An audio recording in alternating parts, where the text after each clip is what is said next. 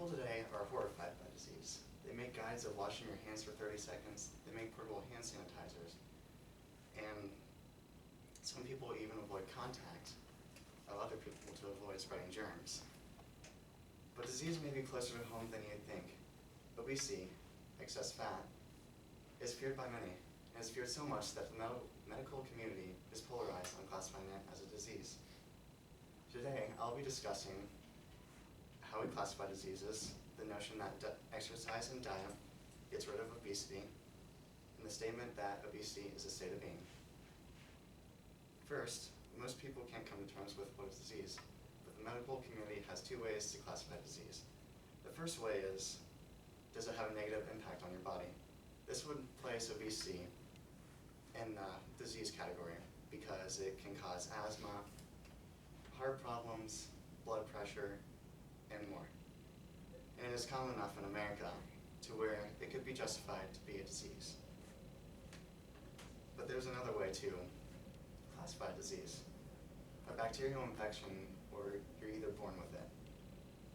So people think when you have a disease, it's curable, or you're just born with it and you're stuck with it forever.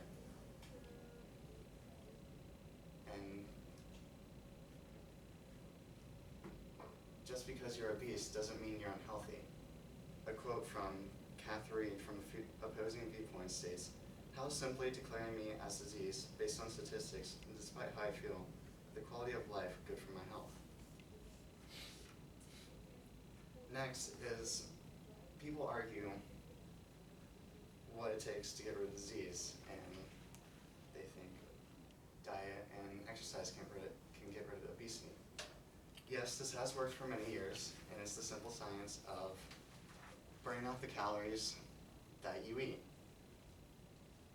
And a quote from Timothy Church from Opposing Viewpoints states, "Reduction in occupational energy expenditure accounts for a large portion of the observed increase in the mean U.S. weight over the 5 decades. That means that since we have more desk jobs and we're using our brains more, our body doesn't get to spend the energy that we eat and we gain weight. But it isn't always that simple. Working out for some people doesn't work. Thyroid disease can force your body to keep excess fat, and depression can make it very difficult for you to work out. People also view working out as a chore and less of an activity they should do. They reward themselves with food and they eat the calories they burn, and so they just have a repeating cycle of just working out, eating too much, and so they stay the same and they don't get skinnier and they're still obese. So imagine if you're describing yourself and obesity comes to mind. You think obesity is a state of being. And a lot of people think this way. A lot of people think obese is a way to describe yourself. And they think it's absurd that calling obesity a disease, calling obesity a disease.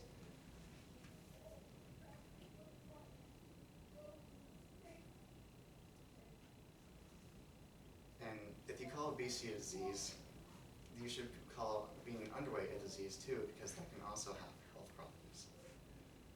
And according to Wendy Sinda from Opposing Viewpoints, she questions, does this mean I can call in fat to work now?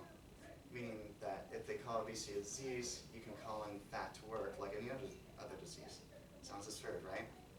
But is calling it absurd really the right choice? The other side would disagree. The other side would say it's too dangerous to be a state of being.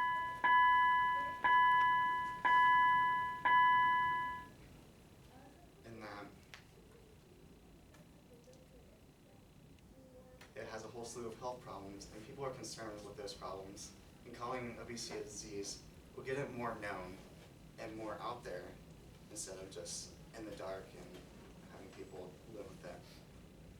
So it all boils down to these three inherent issues: how we classify diseases, how the notion exercise and diet will get rid of obesity, and the statement that obesity is a state of being. But the main point is how we classify a disease, because obesity can be completely healthy for one person, but then harmful for the next. So in the meantime, while the medical community is polarized on classifying obesity as a disease, you should love yourself and be comfortable with your body. Thank you.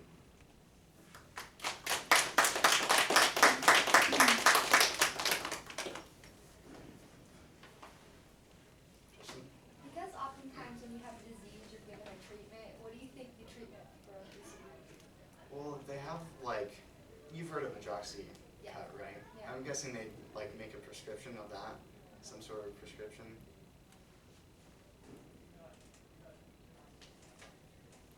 Sam?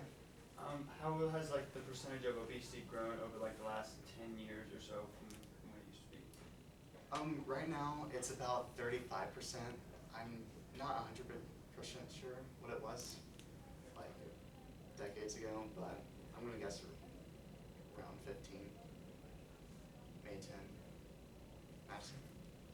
If obesity weren't to be considered a disease, would this stop the research or slow the research in obesity that is currently going on?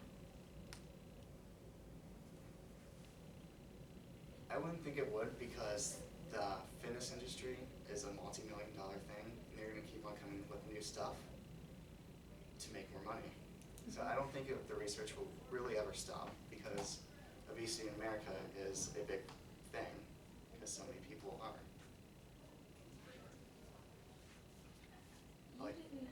You didn't say anything about eating disorders. Isn't obesity classified as an eating disorder? Obesity in itself is just excess fat, but eating disorders can cause obesity. It kind of goes with depression. It's a psychological thing that will cause you to gain weight. My question stems to the debate. You mentioned the medical community is kind of polarized or on the opposite sides of this. Are there other people, do like common people in America believe that obesity should be classified as a disease, or? I mean, I asked around the room, and a lot of people agree that obesity is more a state of being, like calling yourself fat. But I'm guessing there's a lot of people that be for calling it a disease, because it has a slew of health problems. All right, good job.